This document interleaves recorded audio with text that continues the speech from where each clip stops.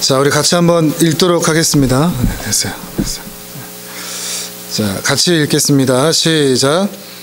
그런데 내가 앞으로 가도 그가 아니 계시고 뒤로 가도 보이지 아니하며 그가 왼쪽에서 일하시나 내가 만날 수 없고 그가 오른쪽으로 돌이키시나 배울 수 없구나. 그러나 내가 가는 길을 그가 아시나니 그가 나를 단련하신 후에는 내가 순금같이 되어 나오리라. 아멘. 저는 박성우 목사이고요. 광주에서 왔고 4시간 반 정도 이렇게 운전을 좀 해서 왔습니다. 감안을 해주시라는 거예요. 설교가 중간에 이상하다 싶을 때 운전이 길었구나. 앞에 그 수련회 강사로 오셨던 그 권효샘 목사님, 또 김정수 목사님, 또 우리 목사님과 동기이고, 제가 이분들에 비하면, 앞에 특히 강사님들에 비하면 제가 오다가 그 권효샘 목사님하고 잠깐 연락을 하면서 네가 앞에서 그 잘하면 어떻게 하냐, 내가 부담이 크다. 이제 그러면서 이제 두 분 목사님이 공통적으로 해주시는 게 뭔가 하면 우리 청년들이 너무 좋다는 거예요. 그러면서 누가 말씀을 전해도 은혜 받을 준비가 돼 있는 분들이라고.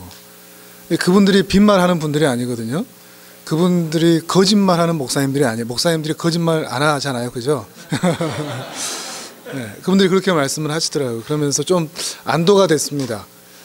그러면서 여러분을 지금까지 또 책임져 온 우리 최 목사님께서 얼마나 수고했을까 이런 생각도 들고, 여러분이 또 기도하신 대로 하나님께서, 여러분이 하나님의 자식들 아닙니까? 자식들이 하나님 앞에 나와서 은혜 얻고자 하고 말씀 듣고자 하는데 은혜 주시겠죠? 네, 아버지시니까요. 2박 3일 동안 이 아버지시다라는 말씀을 참 많이 할 텐데, 입체적인 아버지, 그냥 어떤 책에서만 듣던 하나님이 아버지다, 아버지라고 다들 이야기하더라. 그래서 나도 아버지라고 얘기하는 문자적인 아버지가 아니고 입체적인 아버지, 우리가 우리 하나님을 우리 부모님과도 대비하면서 그 부모님처럼 우리 하나님도 그러지 않을까라는 생각들을 많이 하는데 비교가 안 돼요. 우리 부모님이 하나님을 보여줄 수 없어요. 그것과는 대비할 수 없는 아버지시거든요. 우리가 그 아버지에 대해서 조금 더 입체적으로, 그래서 여러분이 이미 그 신앙이 있을 것이라고 생각을 하지만 이 수련회 이후에 하나님에 대해서 정말 아빠, 아버지라고 더 친밀하게 부를 수 있다면 얼마나 좋을까.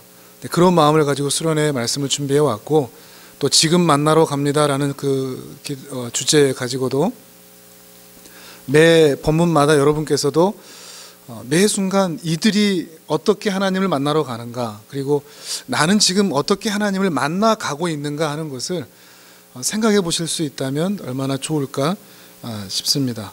오늘 우리가 함께 보고자 하는 인물은 욥이거든요. 욥이라는 인물을 여러분 다 알고 계시죠? 네, 대단한 인물이지 않습니까? 구약 성경에 있어서 신앙도 정말 좋고 그 자식 교육도 정말 잘 시켰거든요. 제사, 예배, 또 신앙, 자녀들이 온전히 정말로 하나님을 사랑하는, 그냥 모태신앙이어서 그냥 익숙한 그런 신앙이 아니고 진실한 신앙으로 자식들을 키워냈거든요. 거기다가 부자죠. 믿음도 좋고 자식도 잘 키웠고 게다가 부자이기까지 한, 다 가진 사람이죠. 그래서 하나님께서 자랑하실 만한, 근데 문제가 생깁니다. 하나님께 자랑하시는데 누구 앞에서 자랑하죠? 사단 앞에서 자랑하는 거예요. 사단이 뭐라 그러죠? 아니, 하나님께서 잘 살게 해주셨는데 누가 믿으면 안 좋겠습니까? 부자 되게 해주셨지, 자식들 잘 키워주셨지, 걱정할 거 없게 해주셨지, 그렇게 좋은 조건이 있다면 누가 믿음이 안 좋겠습니까? 따지는 거죠. 욥의 믿음을 깎아내리는 거죠. 하나님께서 뭐라고 그러십니까? 그래? 그럼 네가 한번 시험해봐, 그러는 거죠. 하나님께서 사단에게 속으셔서, 아니면 어리숙해서 그래? 그럼 네가 한번 해봐 한 게 아니죠. 왜 내놓으셨을까요, 욥을? 욥을 믿으니까 얘는 해낼 거야 라는 것을 믿고 신뢰하고 있으니까. 그저 상황이나 감각이나 자신에게 주어진 어떤 복이라는 것에 의하여서 하나님을 신뢰하는 믿음이 아니라는 것을 하나님께서는 알고 계셨으니까요. 근데 이게 좀 위험합니다. 하나님의 명예를 지금 누구한테 걸어놓은 거죠? 한 인간 욥한테 걸어놓은 거예요. 욥이 실수하면 어떻게 됩니까? 누가 망신당해요? 하나님이 망신당하는 거죠. 그것도 사단 앞에서 원수의 비방거리를 만들어주는 거죠. 할 수 없는 겁니다. 근데도 하나님은 욥에게 신뢰를 거시는 거죠. 여러분 가끔씩 기도할 때 욥과 같은 믿음을 달라고 이렇게 기도하는데 그거 안 하는 게 좋습니다. 그런 기도는 큰일 납니다. 우리는 욥과 같은 믿음이 될 수 없어요. 일단 욥과 같은 믿음을 가지려면 그 고난의 터널을 통과해야 되는데 차라리 욥과 같은 믿음을 안 가지고 말지. 그러니까 그런 기도 함부로 하시는 거 아니에요. 우리는 욥이 아닙니다. 욥이 될 수 없습니다. 실제로 이제 욥이 시험을 당하게 되죠. 사단에게. 집 다 날아가고, 그 대궐 같은 집이었을 것이 분명할 것인데 그 집 다 날아가고, 짐승 가축, 거기다가 자녀들까지 다 죽고, 그리고 자기 몸은 문둥병처럼 피부병처럼 벽돌로 막 긁고 있어. 너무 간지러워서 긁어야만 하는, 완전히 쫄딱 망하게 된 거죠. 아내가 그 모습을 보고서는 이제 혀를 끌끌 찼을 것 같아요. 이러고도 하나님 믿겠느냐 하는 거죠. 그렇지 않겠습니까? 그렇게 고난의 현장을 보면서 당신 그렇게 하나님 믿는다고 하더니 이게 뭐야 그러는 거죠. 어떻게 보면 욥과 대비되는 신앙이라고 할 수 있습니다. 상황, 환경 이런 것들이 사라지면 하나님에 대한 신뢰도 사라지는 사람의 전형이라고도 할 수 있는 거죠. 욥의 아내는 흔들거리는 겁니다. 하나님에 대한 원망을 가지는 거죠. 그동안 살아왔던 모든 것들이 사라졌을 때 계속 하나님 믿어야 되나? 우리 상황도 그렇지 않습니까? 잘 안 될 때, 여러분 자신에게나 또는 우리 주위에서 그런 말 들을 때 있지 않습니까? 잘 안 풀릴 때, 꼬일 때, 야, 너 하나님 믿는다고 하더니 네 인생 왜 그래? 왜 이렇게 안 풀려? 그러고도 하나님 믿을 거야? 그러고도 교회 갈 거야? 교회 가서 너한테 준 게 뭔데? 그때 욥이 뭐라고 그러냐?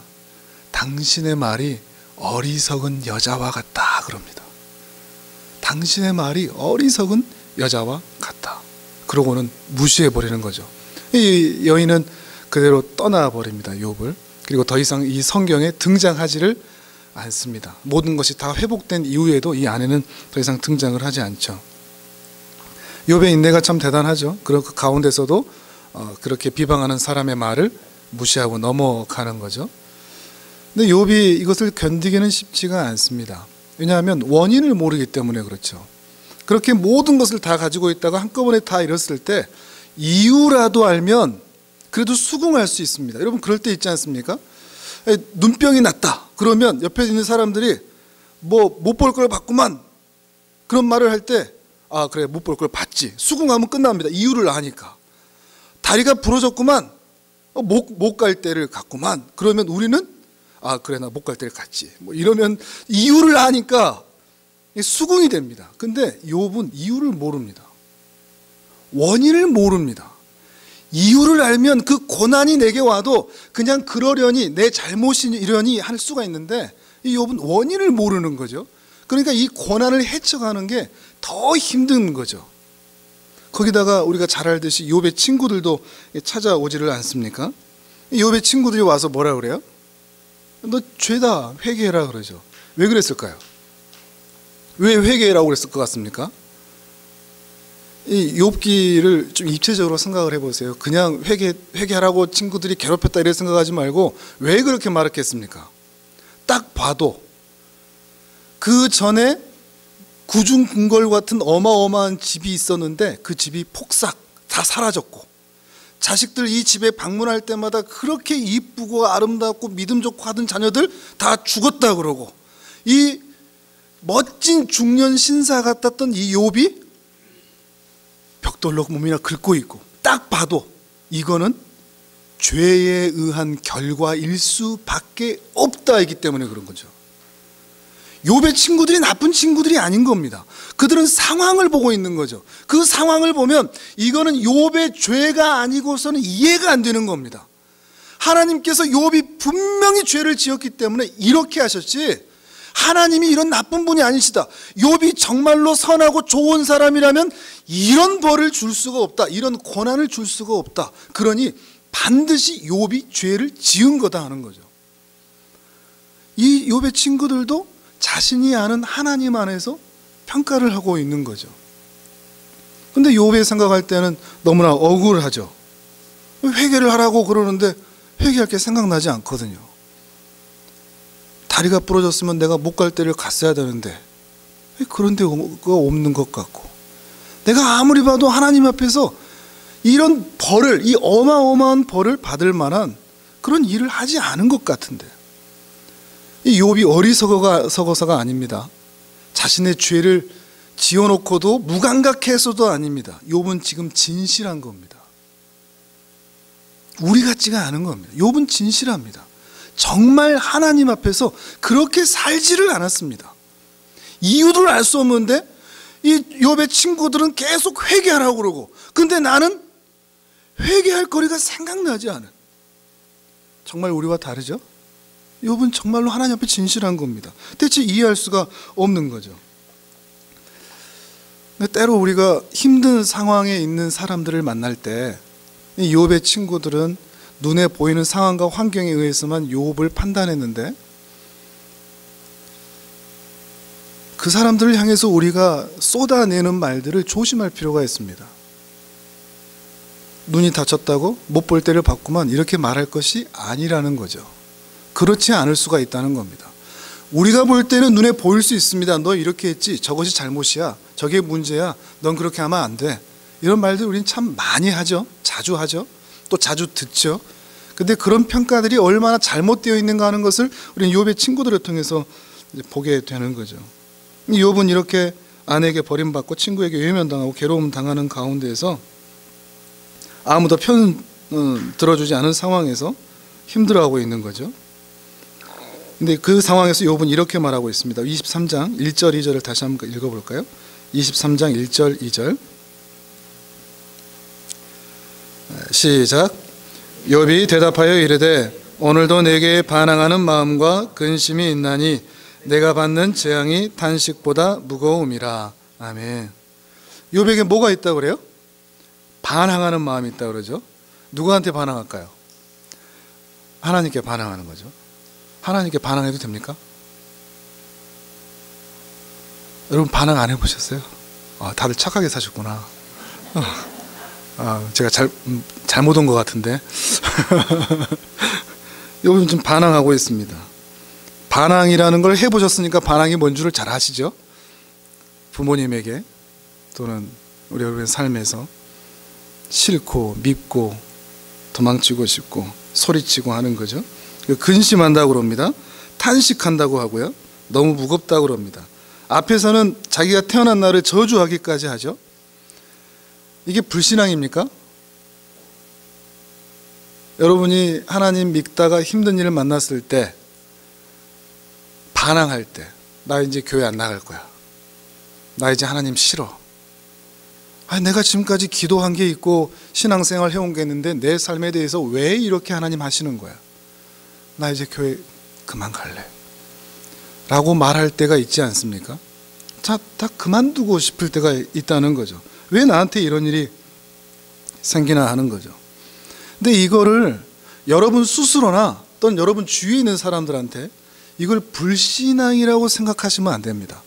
저거 신앙 없다, 저 큰일 났다, 저러다 지옥 가지라고 생각하시면 안 됩니다. 어떻다는 거죠? 힘들다는 겁니다. 힘들다는 거지 정말로 하나님이 싫은 게 아니라고요. 근데 우리 입에서는 힘들다는 표현이 그렇게 나온다는 거죠. 제가 광주 국동방송의 소망기도라는 프로그램에서 이렇게 기도하는 시간을 하는데, 지난주 이번 월요일에 다녀와서 기도를 하는데, 한 엄마가 그런 기도 제목을 내놨어요. 엄마인데 자기가 이 아이들을 키우면서 너무 화를 낸다는 거예요. 그래서 자기가 화내지 않도록, 이 아이들을 양육하면서 화내지 않도록, 그래서 하나님의 성품을 닮아서 화평하게 이 아이들을 잘 키울 수 있도록, 자기 자신이 너무나 힘든 거죠, 그 화내는 것 때문에. 근데 이게 진짜 이 엄마가 문제입니까? 왜 화내죠? 양육이, 아이를 키우는 게 너무 힘든 거예요. 근데 그 아이를 키우는 게 너무 힘드니까, 좋게 키우고 싶고 선하게 키우고 싶은데 너무 힘드니까 화가 날 수밖에 없는 거예요. 근데 이 엄마는 자신이 힘든 거는 생각하지 않고 그 상황 가운데서도 자신이 아이한테 화내고 있다는 것 때문에 너무 가슴이 아픈 거죠. 자기 자신을 채찍질하지만 난 정말 믿음이 없어 라고 얘기하지만 사실 뭐라고요? 힘들다는 거예요. 이 사람한테 뭐가 필요해요? 위로가 필요한 거죠. 그런 말 하지 마, 괜찮아. 하나님은 널 사랑하셔요. 저 역시도 그렇게 기도를 해드렸고요. 그동안 수고했다고. 당신 정말 잘하고 있는 거라고. 근데 왜 잘하고 있는 거냐? 그렇게 힘든데도 하나님을 찾고 있으니까요. 그 엄마는 하나님께 구하고 있거든요. 그 힘든 상황에서도 말이죠. 이 욥도 그렇습니다.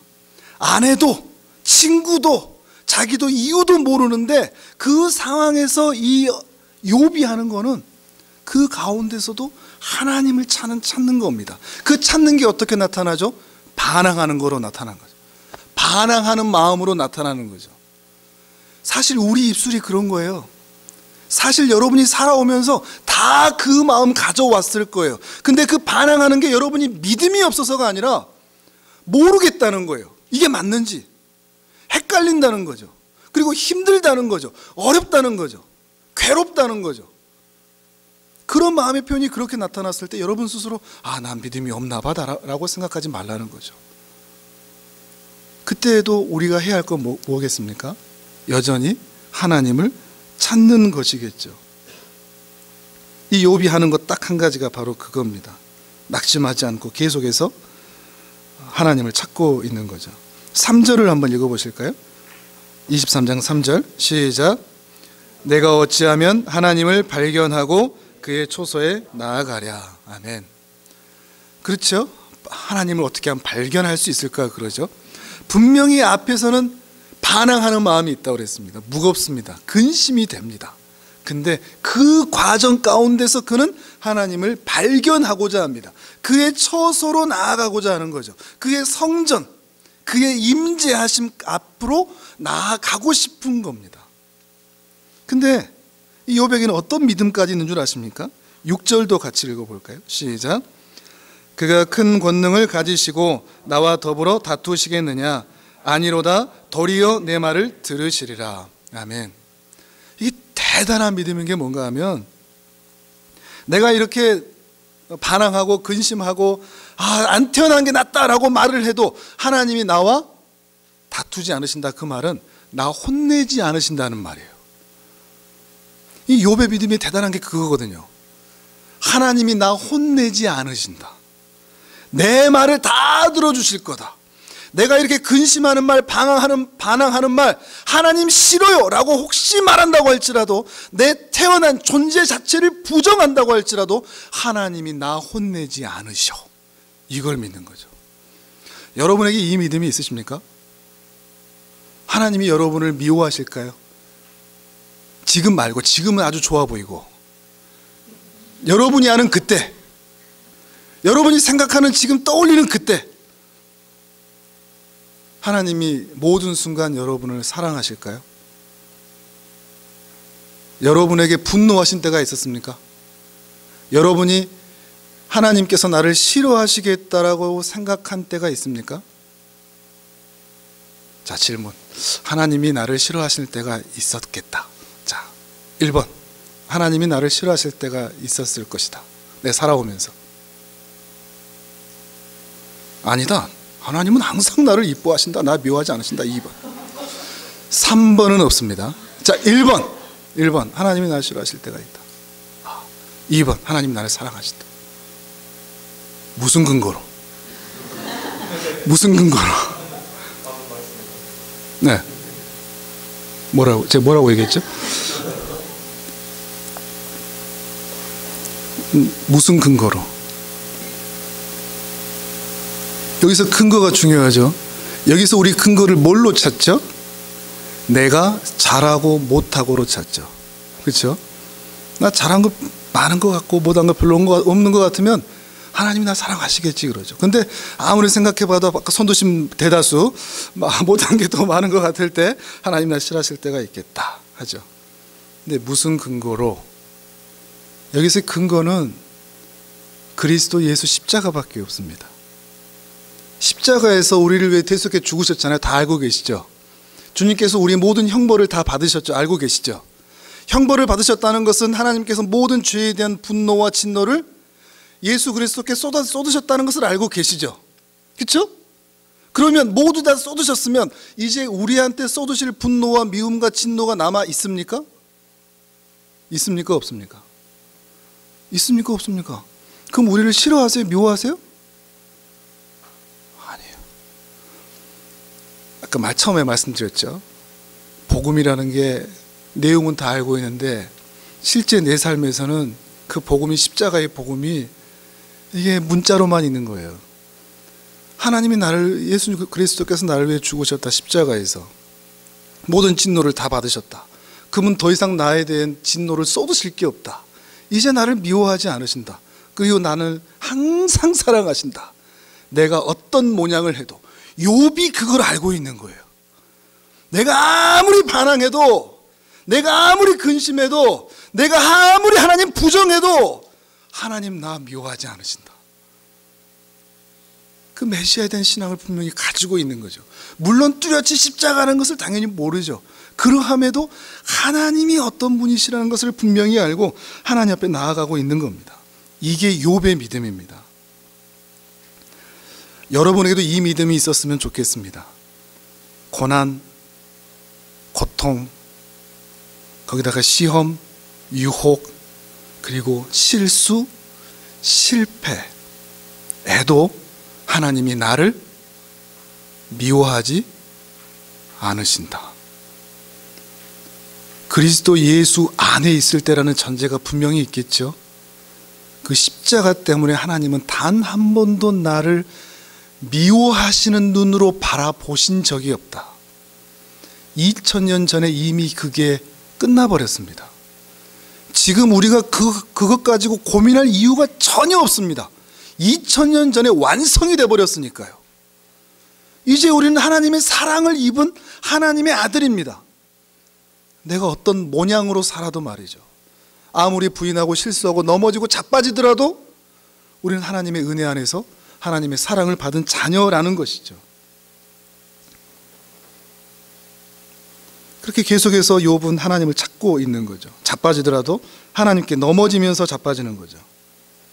이렇게 욥이 하나님을 찾으면 어떤 결과가 나와야 될까요? 하나님 찾으려고, 하나님 만나려고, 하나님께 그 모든 말을 들으려고 하면 하나님께서 어떻게 해주셔야 될까요? 그 답이 오늘 본문입니다. 8절 9절입니다. 이게 욥이 찾은 결과입니다. 8절 9절 시작. 그런데 내가 앞으로 가도 그가 아니 계시고 뒤로 가도 보이지 아니하며 그가 왼쪽에서 일하시나 내가 만날 수 없고 그가 오른쪽으로 돌이키시나 배울 수 없구나. 아멘. 어떤 대답을 기대하셨습니까? 이렇게까지 하나님 찾으면 하나님이 어떻게 해주셔야 돼요? 짠 해주셔야죠. 네, 여기 있다. 그렇게 해주셔야죠. 아니면 작은 만나 덩어리 하나라도 던져주시든지, 아니면 그 무너진 집터에서 금덩어리 하나라도 딱 솟아나게 해주셔서 친구들한테 거봐 라고 말해줄 거라도 보여주시든지. 근데 뭐라고요?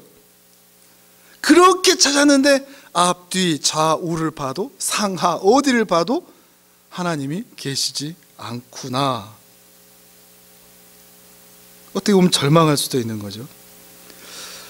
하나님이 계시다는 증거, 하나님이 나를 사랑하신다고 하는 그 표지, 그래도 하나님 편에 내가 서 있다, 하나님이 나를 도와주신다라고 하는 그 아내에게, 친구에게, 또는 여러분의 삶의 현장에서 여러분의 친구들이나 여러분의 부모님이나 여러분의 가정이나 또는 여러분의 이웃들에게 내가 하나님 믿었더니 하나님이 이렇게 해주셨었어 라고 하는 그 표지 실말이 이거라도 하나 있으면 해볼만 합니다.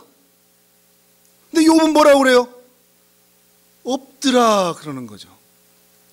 사실 우리 삶에서 이걸 자주 만나거든요. 기도하면, 어떤 작정 기도하고 하나님께 은혜를 구하면서 어떻게 하면 좋겠습니까? 라고 얘기할 때 하나님께서 짠! 뿅! 해주셔가지고 우리에게 그걸 보여주시면, 아, 거봐! 하나님께서 내 기도 들으셨다! 라고 자랑할 거리가 있으면 좋은데, 그 간증거리들이 우리에게 폭포수처럼 나타나면 좋은데 없다는 거죠. 우린 참 서운하거든요. 우리가 뭐 홍해 갈라지는 거 이걸 기대합니까? 그냥 만나 쪼가리 하나라도 내 친구한테, 내 부모님한테 나 기도했더니 하나님이 직장 탁 주셨어, 이런 거라도 주시면 좋죠. 없을 때가 너무 많다는 거죠. 아, 맨날 쏠르고, 맨날 뭐 떨어지고, 맨날 뭐 안 붙고, 되는 거 없는 것 같고, 내가 교회를 다녀서 예배를 드린다는 그 복된 증거가 우리 손에 잡히지 않은 거죠. 여러분, 그 자리에서 절망해 보신 적이 있습니까? 거기까지 혹시 여러분 가보셨어요? 대충 찾는 거 말고, 대충 기도하는 거 말고, 정말 내 있는 힘, 내 인내심이 바닥날 때 끝까지 가서 기도해보고, 그래서 반드시 보여줄 것이라고 말씀 붙잡고 기도했는데 내 손에 아무것도 나타나지 않을 때, 그래서 우리 마음에서 끝났다, 그만하자, 교회고 신앙이고 기독교는 나하고 안 맞나 봐, 다른 종교를, 뭐 이런 생각이 들든지, 하나님은 아무래도 나를 사랑하지는 않는 것 같아, 나 구원받은 거 아닌 것 같아, 이런 생각이 들고 다 끝내보고 싶은, 이제 그만하고 싶은 그런 절망을 해보신 적이 있습니까? 근데 이 욥은 그 절망의 끝에서까지 뭘 하냐? 그 절망의 끝에서까지도 하나님을 찾고 있습니다. 증거가 없고 실마리가 없을 때 하나님 찾는 거 쉽지 않거든요. 근데 그 자리에서까지도 하나님에 대한 신뢰를 놓지 않고 있는 겁니다. 그렇게 신뢰를 놓지 않고 있다고 해서 그가 반항하지 않느냐, 이게 아닙니다. 그에 대한 신뢰를 가지고 있다고 해서 그가 근심하지 않느냐, 그게 아니라는 말입니다. 여전히 그는 근심하고 있고, 여전히 그는 반항하고 있고, 여전히 그는 불신앙적인 것으로 보이는 말들을 쏟아내고 있습니다. 그러함에도 그는 하나님을 계속 찾고 있습니다. 그게 신앙입니다. 하나님에 대한 신앙. 증거가 있고 실마리가 나타나야만 내 신앙이 완성됐다라고 생각하는 것이 아니라, 하나님도 안 계시는 것 같고 그의 일하심, 사랑하심도 전혀 보이지 않는 것 같은 상황에서도 여전히 하나님을 찾고 있는 것, 그게 믿음이라는 거죠. 근데 우리는 믿음 그러면 주일 성수, 또 직장인 되면 11조, 또는 봉사, 섬김, 예배의 자리, 뭐 이런 것들로 믿음 얘기하기 참 쉽죠. 근데 신앙은 하나님과의 만남, 관계죠. 상황이 어떻든 환경이 어떻든. 욥에게는 바로 이게 있었던 겁니다. 하나님에 대한 절대적인 신뢰, 그의 내면 깊숙이에서부터 끌어올라오는 그의 말과 행동과 표정에서 신앙이 나타나는 게 아니라, 그의 종교적인 행위에서 그의 믿음이 드러나는 게 아니라, 그의 내면 깊숙이에서부터 하나님에 대한 신뢰를 가지고 있었다는 것입니다. 그게 기독교에서 말하는 참 신앙입니다. 믿음입니다. 욥이 바로 그 믿음을 가지고 있었죠. 오늘 여러분에게 세 가지 정도를 말씀을 드리겠습니다. 어떤 믿음이냐? 그 안에, 욥 안에 있었던 절대적인 신뢰가 대체 뭐냐?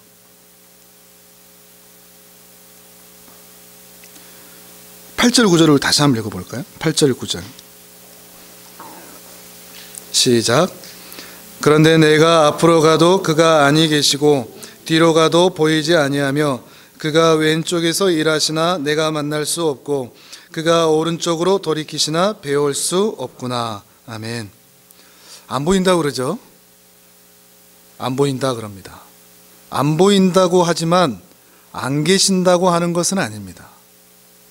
이걸 잘 생각해 볼 필요가 있습니다. 계신다는 것을 압니까 모릅니까? 욥이 계시다는 것을, 욥이 하나님이 계시다 하는 것을 압니까 모릅니까? 알죠. 하나님이 계시다라고 생각하는 것과 보인다 하고는 다릅니다. 안 보인다가 믿음이 없는 게 아니라는 말입니다. 내가 느껴지는, 보여야 믿는 그 신앙이 아니라는 거죠. 보여야만 믿는, 증거가 있어야 믿는 그런 믿음이 아니라는 거죠. 내가 볼 수 있어야 하나님이고 내가 볼 수 없으면 하나님이 아니다, 이렇게 말하는 것이 아니라는 겁니다. 내가 뭔가 느낄 수 있어야 하나님이고 느낄 수 없으면 하나님이 없는 것이 아니라는 말이죠.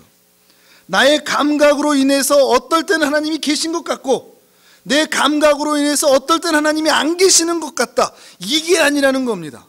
욥은 자신의 감각과는 상관없이 하나님의 계심을 절대적으로 신뢰하고 있다는 것이죠. 우리가 밖에 나가서 눈을 딱 감았을 때 해가 없구만, 그럼 해가 없는 겁니까? 눈을 딱 떴더니 해가 있구만, 그럼 해가 있는 겁니까? 저를 향해서 바보 해주시죠.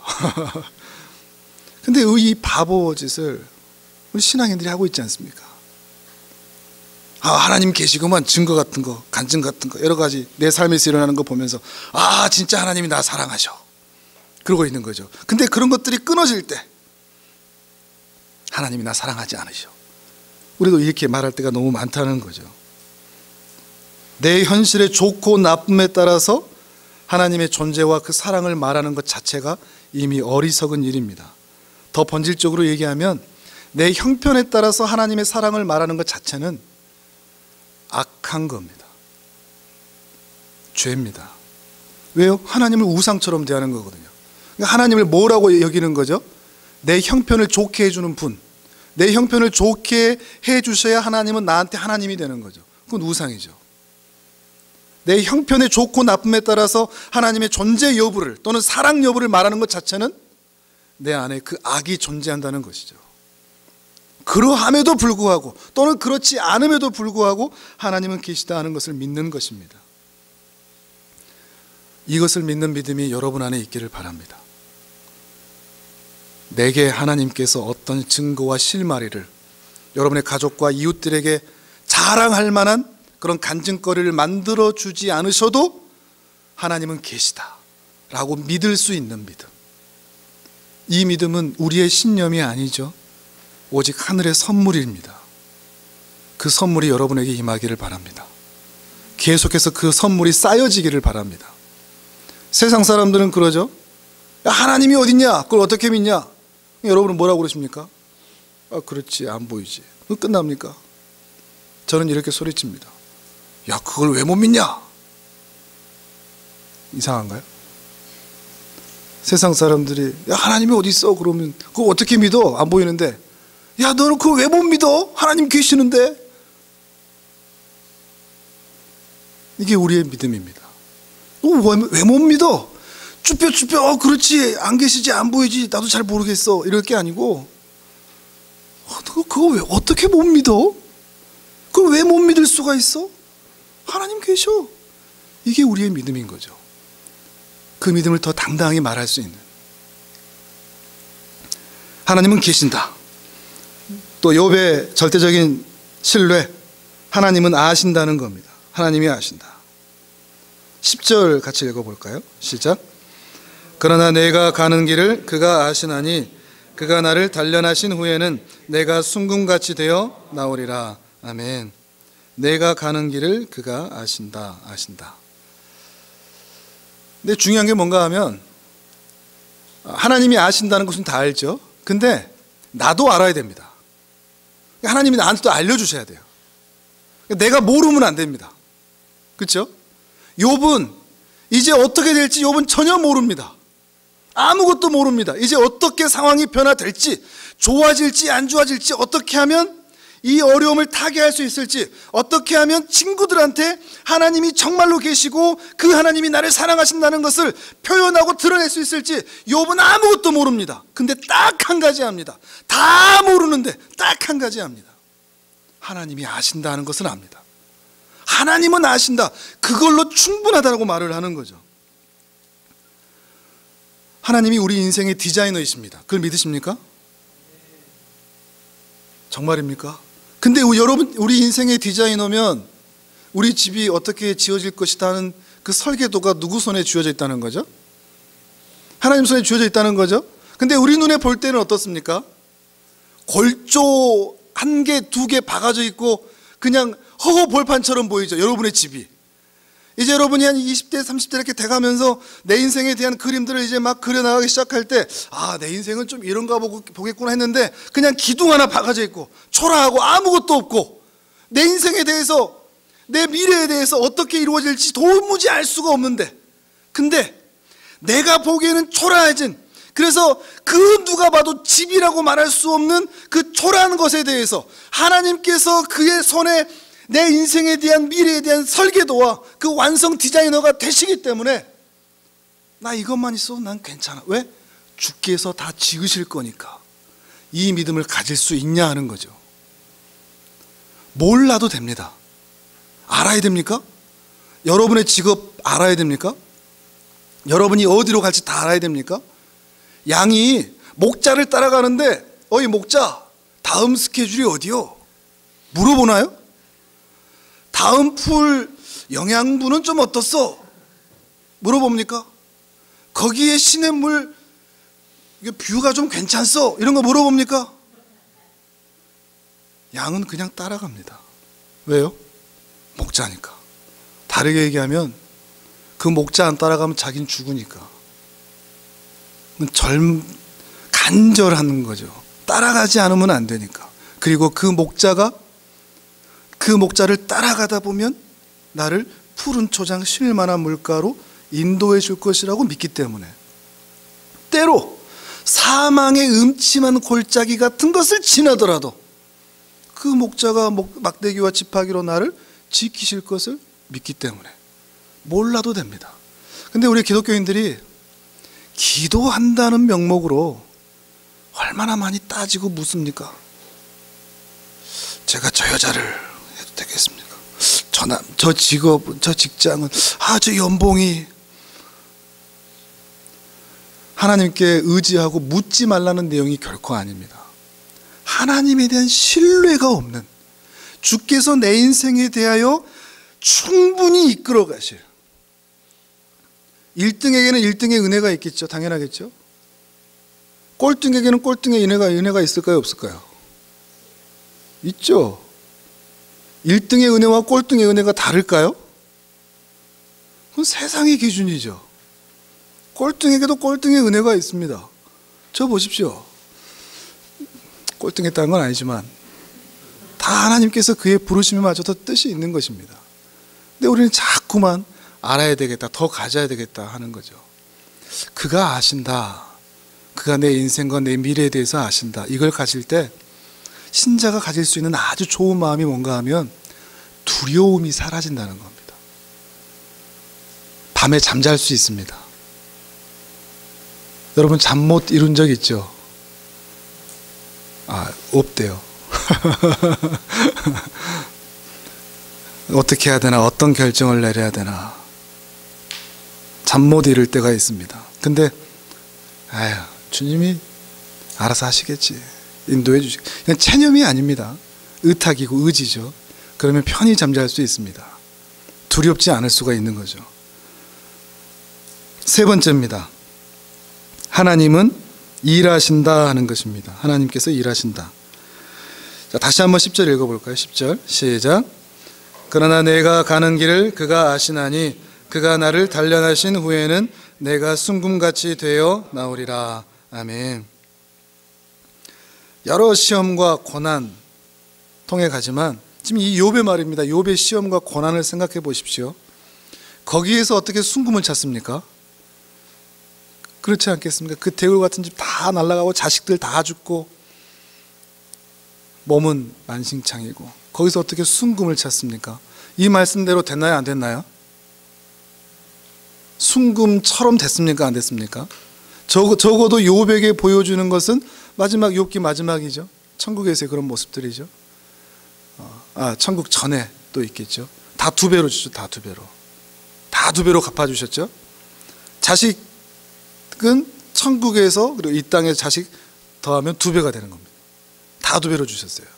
욥에게는 그런 은혜를 주시는 거죠. 순금처럼 나오는. 주께서 계속해서 그를 향해서 일하신다는 거죠. 우리에게도 그런 은혜가 있었으면 좋겠습니다. 여러분에게 그냥 긍정적으로 생각해라 하는 것이 아닙니다. 이건 하나님의 약속입니다. 잘 된다 얘기하면 목사 이상한데 라고 생각하실 게 없습니다. 이건 하나님의 약속입니다. 순종하고 하나님을 신뢰하고 믿는 자에게 하나님은 은혜 주십니다. 그것을 우리는 꼭 물질적인 것, 물리적인 것으로만 한정시켜서 생각하는 경우가 많아서 그렇지, 여러 가지 수많은 이 땅에서의 복과 하늘의 복을 하나님께서는 다 주시는 것입니다. 찾는 자에게 주십니다. 하나님을 믿고 신뢰하는 자에게 주시는 거죠. 하나님은 우리를 위해서 일하십니다. 그걸 신뢰하십니까? 여러분을 위해 일하십니다. 나를 위해서 일하십니다. 오늘 그 증거가 보이지 않아도, 오늘 내가 반항하는 마음을 가지고 있어서 하나님께 대하여 믿음 없는 말을 쏟아내도, 그래도 하나님은 나를 위해서 일하고 계십니다. 일하겠지가 아니라, 뭔가 좋은 거 주시겠지가 아니라, 하나님은 나를 위해서 일하고 계신다. 이것이 우리의 믿음이라는 것이죠. 물론 오늘은 잘 모릅니다. 하나님께서 왜 그때 그렇게 하셨을까? 왜 지금 이렇게 하실까? 근데 대부분 한참 후에 알 때가 있습니다. 한참 후에, 그때 그래서 그랬구나. 하나님께서 그때 그래서 그렇게 하셨구나. 지난주에 함께 나눈 말씀 중에 다윗이 압살롬이 반역을 해서 쫓겨나지 않습니까? 근데 다윗의 책략가 아히도벨이 있거든요. 친구이자 책략가. 그 아히도벨의 책략은 하나님의 지혜와 같다고, 다윗에게도 압살롬에게도 하나님의 지혜와 같다고 그랬습니다. 이런 사람이 다윗 옆에 있어야 되겠죠. 도망가고 있는데, 근데 이 아히도벨이 압살롬에게 딱 붙어버렸거든요. 어떻게 되겠습니까? 불안하죠. 하나님의 말씀을 대언하는 것 같은 사람이 압살롬에게 붙었다. 이거 큰일 아닙니까? 근데 딱 가면서 확인하는 게 뭐냐, 이 아히도벨이 계속해서 다윗에게 하나님의 말씀과 같은 지혜의 말을 전해 주었다면, 아히도벨 이거 이렇게 하면 되겠어, 저렇게 하면 되겠어, 그러면 아히도벨이 다 얘기해 줬던 그 사람이 사라졌다면, 그 사람이 옆에 있었다면 다윗이 하나님께 기도했을까요, 안 했을까요? 여러분 같으면 하겠습니까? 근데 그 아히도벨이 자기 옆에서 사라질 때, 그 자녀들이 계속해서 반역을 일으키고 살인을 일으킬 때 단 한 문장도 등장하지 않던 다윗의 기도문이 그 자리에서 나타납니다. 여호와여, 아히도벨의 책략을 어리석게 하옵소서. 11년 만에 처음 기도하는 겁니다. 적어도 성경에 나오는 거는. 아히도벨을 빼앗아 가셨지만, 내 옆에서 제거해 놓으셨지만, 이제 드디어 다윗은 하나님을 의지하게 되는 거죠. 그때서야 아는 거죠. 그래서 아히도벨을 내게서 빼앗아 가셨구나. 하나님 의지하도록. 우리 인생에도 그럴 때가 반드시 있다는 겁니다. 오늘 우리에게는 그 답과 그 증거와 실마리가 보이지 않을 때에도 언젠가 여러분에게 이렇게 그래서 그러셨구나 하실 때가 반드시 있을 것이라는 거죠. 그걸 신뢰하는 겁니다. 마지막 한 가지만 여러분의 권면을 드리고자 합니다. 우리 말씀을 한번 찾아볼까요? 시편 42편 11편입니다.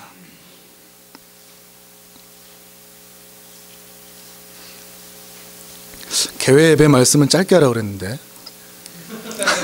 죄송합니다. 시편 42편 11절. 시편 42편 11절. 자, 같이 읽겠습니다. 시작. 내 영혼아, 내가 어찌하여 낙심하며 어찌하여 내 속에서 불안해하는가? 너는 하나님께 소망을 두라. 나는 그가 나타나 도우심으로 말미암아 내 하나님을 여전히 찬송하리로다. 아멘. 지금 이 시인이 낙심할 상황이 있죠. 근데 이 낙심하지 말라고 누구에게 얘기하고 있습니까? 옆 사람에게 얘기하나요? 자기 자신한테 이야기하죠. 자기 자신을 설득시키고 있는 겁니다. 내 영혼아, 너 지금 그렇게 힘든 일 만났다고 왜 낙심해? 낙심하지 마. 하나님 바라봐. 누구한테 말한다고요? 자기한테. 자기 자신을 설득하는 겁니다. 신앙을 가지라고, 믿음을 가지라고, 신뢰하라고 말이죠. 여러분에게도 오늘 이 은혜가 있기를 바랍니다. 여러분 자신을 설득하십시오. 더 하나님 바라봐. 힘든 상황 만날 때 여러분 자신을 설득하십시오. 낙심하지 마. 하나님이 계셔. 하나님이 다 하셔. 하나님이 일하셔. 그러니 그 상황에서 우리의 시선을 옮겨서 하나님을 바라보는 거죠. 하나님을 소망하는 거죠. 하나님을 바라보는 은혜가 여러분에게 있기를 바랍니다. 여러분의 심령 마음에서부터 하나님을 쫓아가고 상황과 환경과 내 감각이 어떠하든지 변함없이 하나님을 바라볼 수 있는, 쫓아갈 수 있는 이 복된 은혜. 힘들 때 여러분 스스로를 설득할 수 있는, 욥처럼 끝까지 그 절망의 순간까지 하나님의 그 손을 놓지 않는 여러분 되시기를 주님의 이름으로 축복합니다. 우리 같이 한번 기도하실까요? 제가 기도하고 마치면 됩니까? 아니면 또 이따가? 네, 알겠습니다. 우리 같이 기도하시죠. 오늘 말씀을 기억하면서 하나님 어떤 순간에서도 하나님에 대한 믿음 그 흔들거리지 않도록 특별히 우리의 영혼, 우리의 마음 깊숙이에서부터 하나님을 쫓아갈 수 있도록 주님 내 영혼을 붙들어 주시옵소서. 오늘 말씀을 기억하면서 우리 짧게 기도하도록 하겠습니다.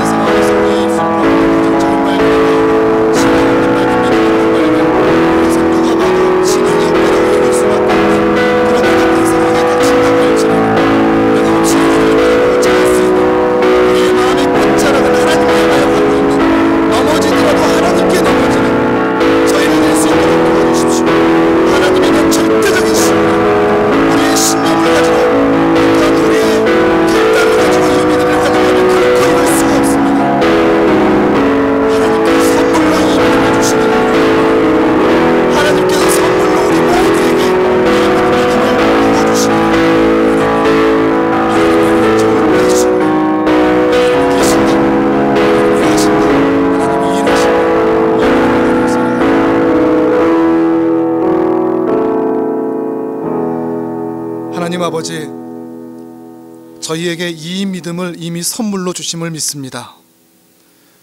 우리의 마음은 끝자락 안에 그래도 교회 한번 가보자. 정말 힘들 때에도 사람들 앞에서야 친구들 앞에서야 다들 믿음 괜찮은 척하지만 홀로 있을 때, 그 마음의 낙심의 끝자락에 서 있을 때, 내 손에 아무런 증거가 없어서 빈손으로 터벅터벅 서 있을 때, 그때라도 우리가 세상으로 향하지 않고 다시 주님께로 돌이켜 주셨으니 너무나 감사합니다. 우리는 욥과 같은 믿음은 가지고 있지 못한다 할지라도 우리는 이미 욥과 같은 동일한 믿음 안에 있음에 감사합니다. 우리가 알지 못하는 사이에 우리가 하나님을 향하여 나아올 수 있도록 우리에게 그 믿음을 통하여 일하여 주시니 너무나 감사합니다.